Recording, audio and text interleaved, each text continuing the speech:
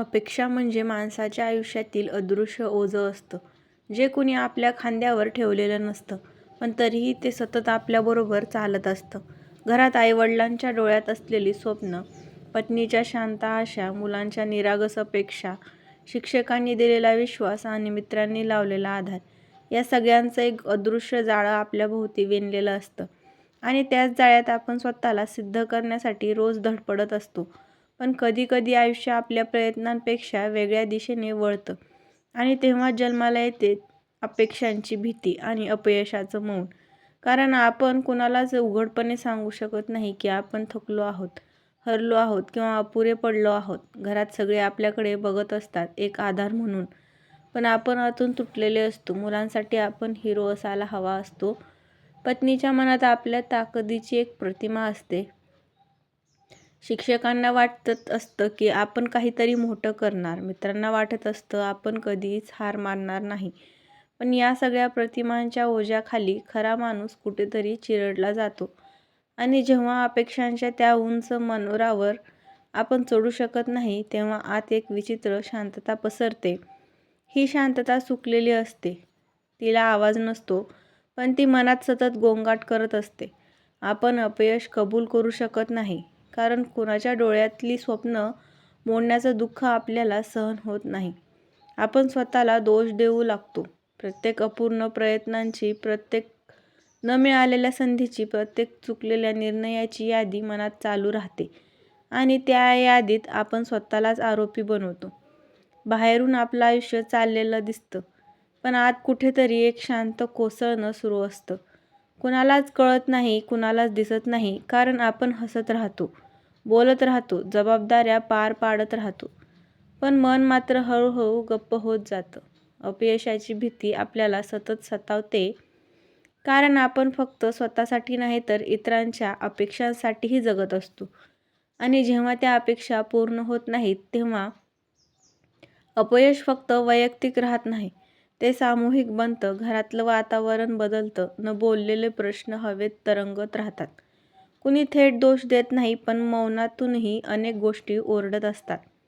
पत्नीच्या शांत नजरेत प्रश्न असतो, मुलांच्या डोळ्यात नकळत निराशा उतरते, शिक्षकांचा आवाज मनाच्या खोल कोपऱ्यात घुमत राहतो आणि मित्राचं हलकंसं अंतर टोचत राहतं. आणि या सगळ्याच्या मध्ये उभा असलेला माणूस स्वतःला विचारतो की मी खरंच इतका अपुरा आहे का? मी खरंच सगळ्यांना निराश केलं का?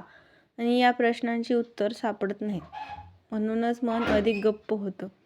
अपयशाचं मौन हे शब्दांपेक्षा जास्त बोचणारं असतं, कारण शब्दांनी तरी वेदना बाहेर पडतात, पण मौन वेदनांना आतच कुजवत राहतं.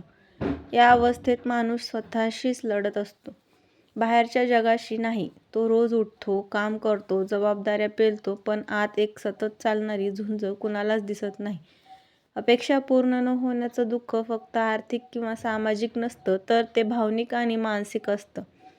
आत्मविश्वास हळूहळू झिजत जातो, स्वतःवरचा विश्वास ढासळतो आणि तरीही आपण मजबूत दिसायचा प्रयत्न करतो, कारण आपल्याला माहीत असतं की आपली कमजोरी दाखवली तर अनेकांचे आधार कोसळतील. अशी भीती आपल्याला सतावत असते.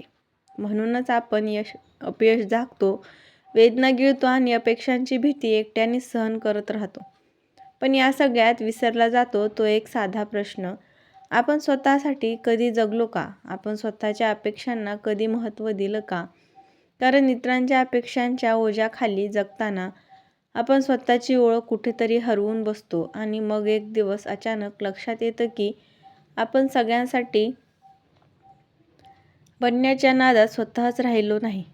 अपेक्षा चुकणं म्हणजे फसवणूक नाही, अपयश म्हणजे नालायकपणा नाही, पण आपल्या मनाने हे समजून घेतलं पाहिजे, कारण प्रत्येक माणूस प्रत्येक अपेक्षा पूर्ण करू शकत नाही आणि तरीही तो कमी दर्जाचा ठरत नाही.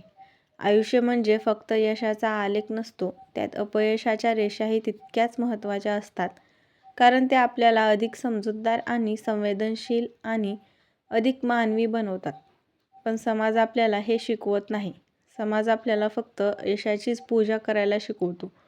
त्यामुळे अपयश आलं की आपण स्वतःलाच दोषी धरतो आणि गप्प बसतो.